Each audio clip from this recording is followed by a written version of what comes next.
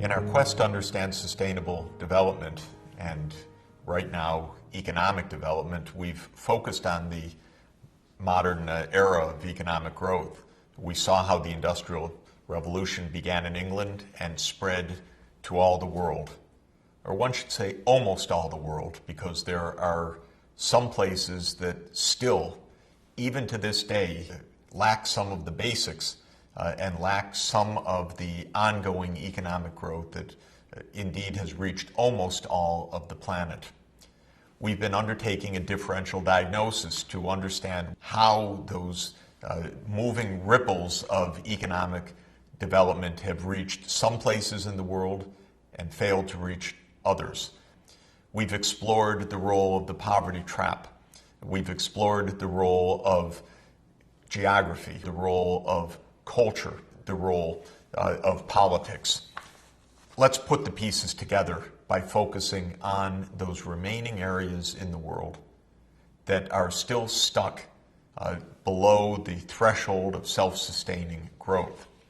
And as we've used the idea of passing that threshold, looking at the $2,000 per person per year threshold as a marker for us, when we look at the map of global development, we see that those countries shown in red on this map are the ones that, as of today, are still below that takeoff level. What do we see? We see that the remaining regions are mainly tropical Africa, and then a number of landlocked countries, Afghanistan, Nepal, Mongolia, Laos, and a few other parts of the world. And of course, without question, we have to regard sub-Saharan Africa as the greatest challenge of development, the place in the world still with the highest poverty rates and with the biggest challenges in meeting basic needs. The good news is that in recent years, especially since the year 2000, economic growth in sub-Saharan Africa has picked up. There's definitely progress, major advances in some of the key areas of disease control, improved access to education, building infrastructure. But we're still not yet in a situation where there is self-sustaining, rapid and dynamic growth, though one feels very much that it's within reach. Let's put our differential diagnosis perspective, therefore, on sub-Saharan Africa and ask what we learn by taking that multi-dimensional view of a region to see what it implies for the priorities for economic and sustainable development. Africa has many distinct structural characteristics, and many of these structural characteristics are indeed structural problems for economic development. If you look at the region of poverty in Africa, that is below the Sahara Desert, but above the southernmost countries, one is defining essentially the region of the tropics of Africa, between the Tropic of Cancer at 23 degrees north latitude and the Tropic of Capricorn at 23 degrees south latitude. And we know that the African tropics have many distinctive features that are relevant for economic development. Disease burden, we've seen, is very heavily concentrated in the tropics, whether it's malaria or other so-called vector-borne diseases or worm infections that debilitate people and that hold back whole societies. We've seen that agriculture can be very difficult in tropical conditions, often water scarcity with the very high temperatures, drought propensity, soil nutrient depletion can be extremely pernicious in the tropical context. So this is one feature that needs to be addressed. Nothing impossible about these challenges, because diseases like malaria are fully controllable, but they need to be controlled. We've seen that Africa has a distinctive feature of the most landlocked countries of any continent in the world. Roughly 1 in 3 African countries is landlocked. 15 out of the 49 countries of sub-Saharan Africa. That's a big problem. Why is that? Well, part of the reason is the colonial legacy. Remember that nature doesn't draw national boundaries, politicians do. And when the politicians divided up Africa, they divided it up into little parcels, often cutting natural ecological areas, dividing ethnic groups by artificial boundaries, leaving a legacy of great difficulty, making it hard for populations even to reach coasts. In many parts of Africa, the coastal physical environment is rather hostile. And in East Africa, the eastern coast tends to be very dry. So the trade winds come up to the coast from the east. They do not provide precipitation right on the coast, but as the highlands in the east coast carry those trade winds into higher altitudes, then the rain is distributed in the interior, what's called orographic rainfall, or rainfall that is caused by the uplift of the mountains, in this case the highlands of East Africa.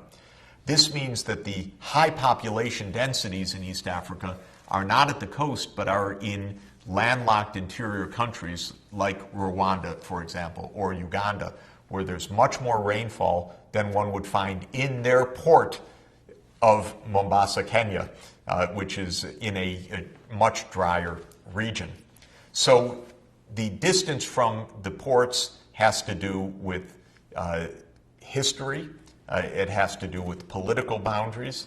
It has to do, some historians think, with the long legacy of even slave trade, which caused populations in their self-defense to move more into the interior. It has to do with the fact of rainfall being more propitious and able to support food production, often away from the coast and in the interior of the continent. We know that in many, many other ways, the colonial legacy has played a very difficult role. Have a look at the map of European colonial rule in Africa as of 1914. The first thing you see is the entire continent, with the exception of Ethiopia, was colonized. Africa was divided among the European powers. And the story of how it was divided is a rather shocking story. Actually, Africa was one of the last continents to succumb to European imperial rule. That may seem strange because Africa was very poor throughout history, therefore very vulnerable, as exemplified by the slave trade. So why wasn't it colonized earlier? Europeans attempting to move to the interior of Africa in the earlier parts of the 19th century to colonize succumbed to malaria and to other tropical diseases. The disease burden actually prevented Europe from colonizing Africa until the latter part of the 19th century. Then what happened?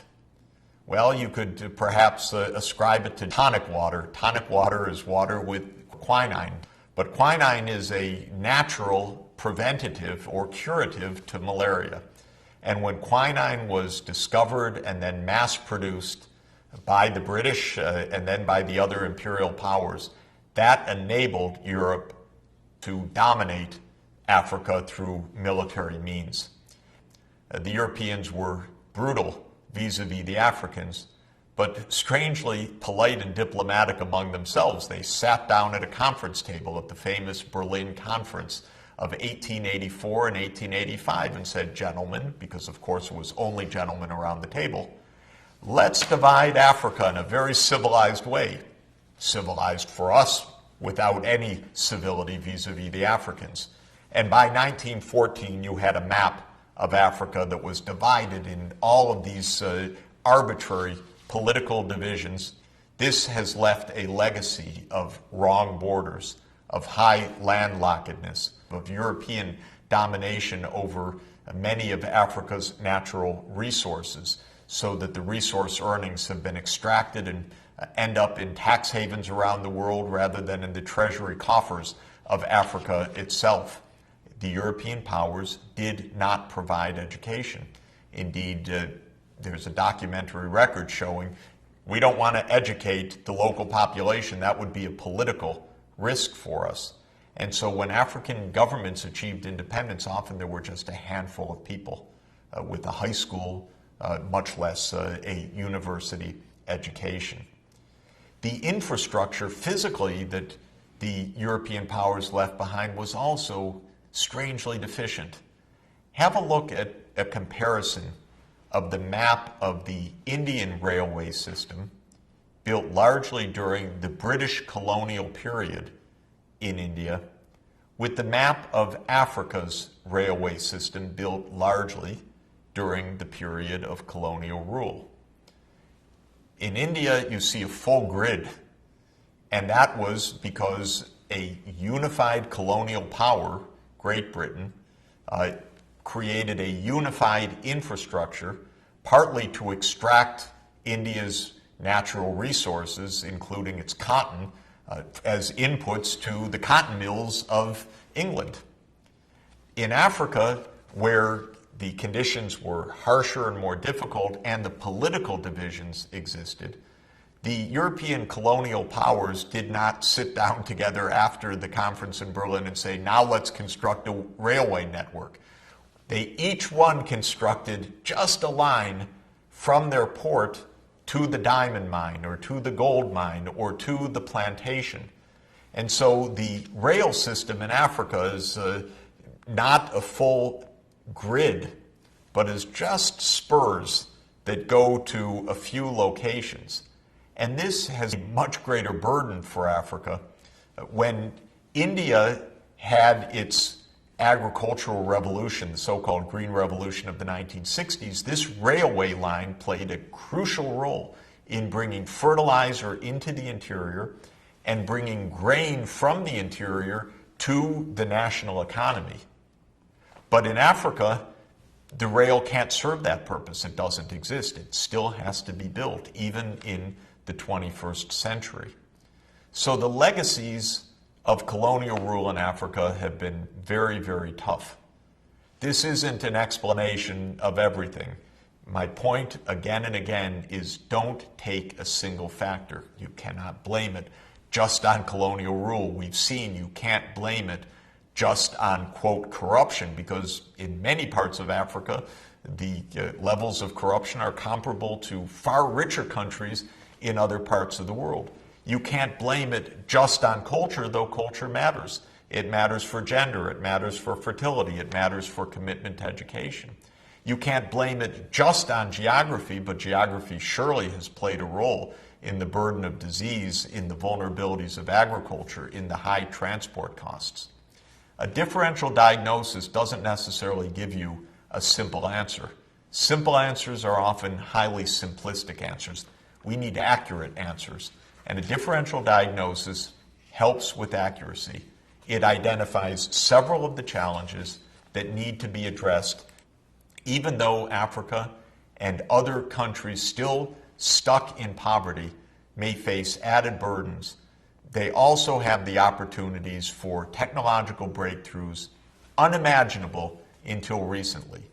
Now when you go even to the remote African villages across the continent, maybe with a few exceptions, but as a general rule, your mobile phone coverage is there, broadband is on the way, information technology is already transforming these very low income villages, very low income regions, bringing in knowledge, market information, data, empowerment, and the potential for breakthroughs in health, in education, in business development. In other words, when we make the differential diagnosis, we identify the political and the cultural and the geographic phenomena. When we identify the heritages of the colonial period and the shortfalls of infrastructure, we are not overcome by pessimism, but we are motivated with an agenda which is targeted, specific, a balance of public and private investment, areas for social mobilization, public awareness, a role of parents to help their children to make breakthroughs as well. That is the key to sustainable development.